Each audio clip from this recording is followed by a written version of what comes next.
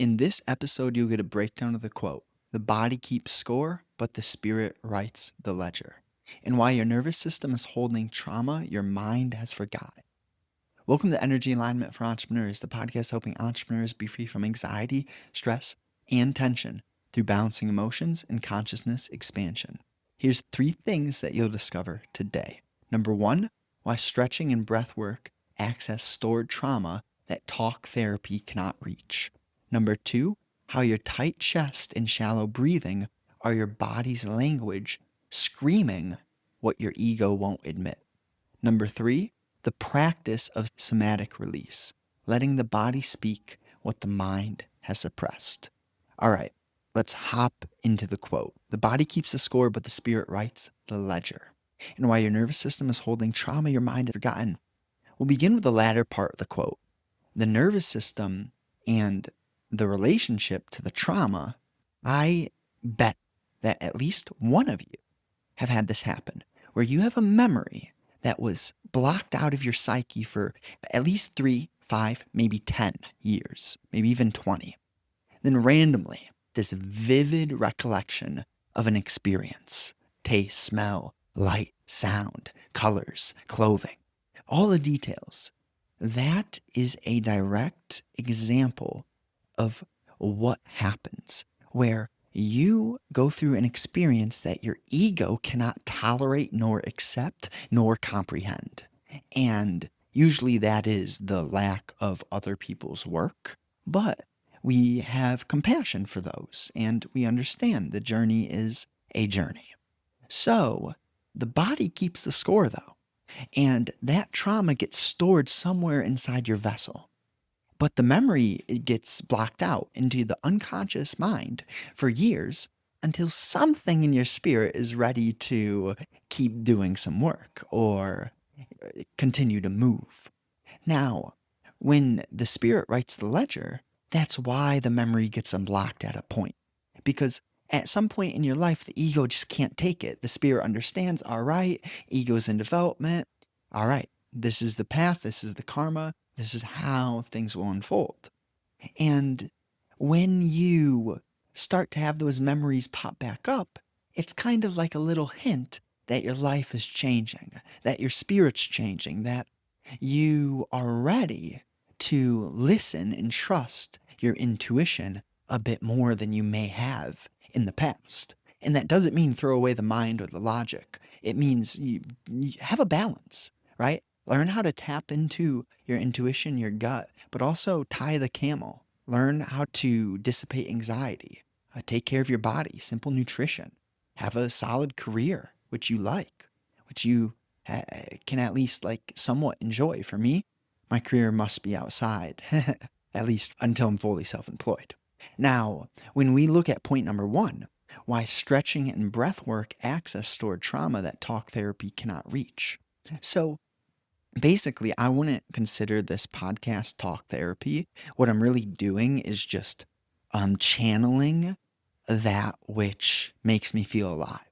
When I can speak in this way, in this manner, it is one of the most freeing things that I can ever do. Because if I were to talk like this to a random person, most people just cannot actually. I wouldn't say most people, but many people just are not ready for the message. And that is why I understand that, right? It's very simple. There's nothing wrong with that. Nothing at all. Now, the talk therapy, this is a environment where, especially if you're listening in a place where, let's say you're not hustling and bustling, you can actually get some genuine, real insight from listening.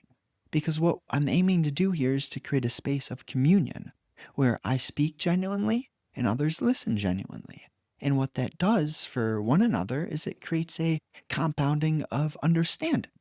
That's really the goal of the podcast, if I were to put it into just a few sentences or paragraphs. Now, the stretching and the breath work, they access the stored trauma because there's this connection between heart, mind, and gut. Now, there's a huge asterisk here. Whenever I stretch and do breath work, I make sure that I haven't just had a huge meal. Because if you You stretch your body, that's good, but it's harder when your gut is full. And the big purpose of breathwork and meditation is to have a symbiosis, a full kind of your awareness isn't just in one place, and all simultaneously it is. So when your gut is stuck processing a bunch of food, it's a bit harder because all the energy needs to be used by your physical organs and your blood cells, etc. The details, the nuances of the physical body are in play and the systems are working. So you kind of have to look at your life and your moment kind of like voltage and energy, where we can power, but we need to have the right amount of power and the correct transitions. For example, if you put like a small bulb into too much power, the bulb breaks. So we need those correct connections. What I mean when I say this is stretching and breath work are great channels to release trauma that was stored extremely deeply in the body. You will definitely be able to release energetic blockages and traps through talk, through conversation. You can even release very deep blockages and traumatic storages through conversation. But there's just a little bit of a nuance when you're in pure silence, stretching, meditating, really feeling the breath, and when you are in more of a talkative state. Now, you can combine all this. For me, one of the things that makes me want to talk the most and really get into flow states is when I'm walking and talking. So you can see how pairing stretching and breath work can work well together.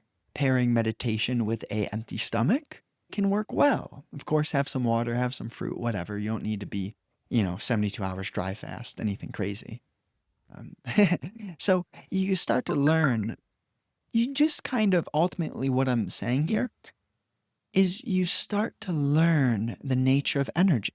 If anything, that's what this is about. The body keeps score, the spirit writes the ledger. You get to feel the energy of the spirit in the body and the egotistical mind, where how all this kind of works together, the outward stimulus as well, the digital distraction. You just see, man, this is like, I have my nervous system, I have my thoughts, I have my body, my gut. There's a lot going on, and I can really conduct this thing however I want. And that's what we're learning to do as humanity kind of changes and taps into the innate intelligence of creation. We start to see, wait, it's not just like out of my control. Like a lot of this is, I am way more powerful than I had previously comprehended, right? You get to that point.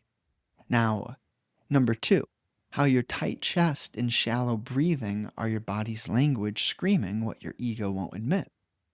You know, this is really good. I'll use an example many people will resonate. I enjoy the taste of coffee and I like coffee, even the mental stimulus. But sometimes my gut doesn't love coffee. So I noticed like, all right, there are a few kind of pros to this situation. There are a few cons to this situation. But sometimes when I drink that coffee and I feel it in my gut, I'm really like, man, my body is telling me something here. And I just continue to drink my coffee. Now, I don't overdo it, but all simultaneously, that's like how you learn. You pay attention to these feelings, which you don't love. Like the taste of the coffee, great. The mind, enthusiasm and clarity and just the fuel, helpful. But man, the gut, I don't know. So I always kind of, you have to take a step back and consider all effects of what you're doing. Now, the tight chest and the shallow breathing, that's another great physical manifest of when you're kind of struggling. If your chest is tight, something that helps me a lot is getting fresh air, you know? A lot of the times you can see the correlation between a fearful thought and a physical manifestation or symptom. So you start to really simplify. Oh, wow, my consciousness is moving, and I have a choice to kind of get with it or get dragged by it, right?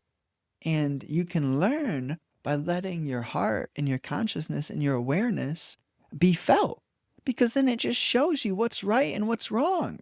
Go kick a baby, right? Not really, but you feel that's so wrong, right? When you do certain things, guilt is a guideline, regret is a guideline. But a lot of us, we fall into the shame, the self pity, the victimhood, the lower ends of consciousness. Those were all kind of derived from the darker side, the lost side, which is all very necessary for the purification of the illusion to occur. So it's sometimes seems trivial, but it's a big picture game going on, and we're all in this big picture game, and we might as well learn the rules and the structures, the unwritten laws of how it was kind of put into existence, right?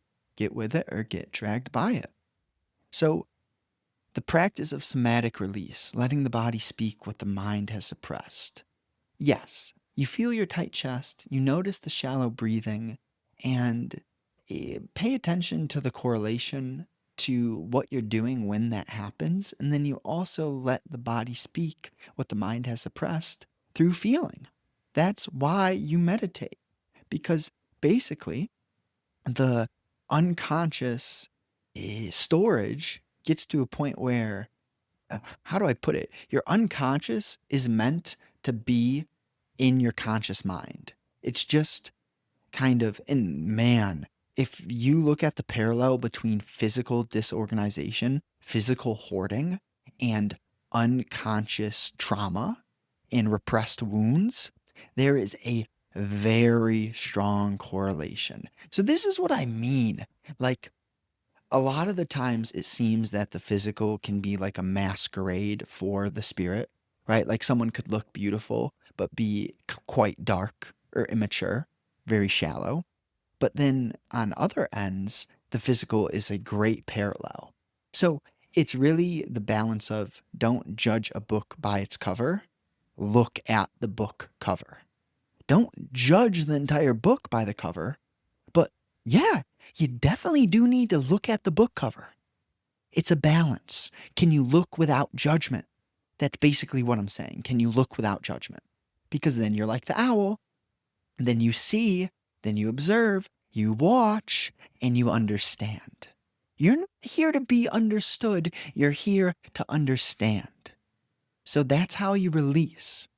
The practice of this real release is you meditate and you feel and you live a life of devotion. You walk, you get fresh air, you exercise, you're on point with your nutrition. Your screen time isn't taking over your life. You have a project that you care about. You treat people how you want to be treated. You do all of that, and your body, your spirit will have a symbiosis. You'll start to feel more. You'll start to be able to release what's been trapped. As what has been trapped gets released, that space which the trapped energy took up, new energy replaces that space. So the question is, what is the essence of this new energy? How does this new energy work? What does it do for humanity? What does it do for you? Right? And that's kind of the next volume of the century that we live in. Because this age is brought upon us, it's happening, it's inevitable. The earthquake, it's here. I mean, you'll feel it. If you see it in your life, you'll feel it, you'll notice it, you'll see it within you. It's subtle, and sometimes it's fast. It's a balance, and sometimes the waves crash. So we're really looking at this understanding of simplifying our lives. And your body keeps the score, the spirit writes the ledger. You learn to read the book of humanity which has been written on your heart. Your body stores every betrayal, heartbreak, and fear in your fascia, muscles, and nervous system. Meditation accesses the mind, but movement accesses the truth. While your body keeps score of every wound, your spirit has the power to rewrite the entire ledger through presence and feeling. Integration through movement. You cannot think your way out of stored trauma. You must move, stretch, breathe, and feel your way to freedom. Your body is not lying to you. That tightness in your chest, that shallow breath, that tension in your jaw, these are messages from your spirit demanding you to finally feel what you've been running from for years. Thank you so much for listening. New episodes are out Monday, Thursday, 10 a.m. Eastern Time. Share it with a friend if you may. And I wrote a book. That book will help you create a physical transformation as little as 12 weeks. It's $29. Just check out the link. I'm sure you'll like it. It's like a manual. It's very helpful, very, very value packed. Have a great day.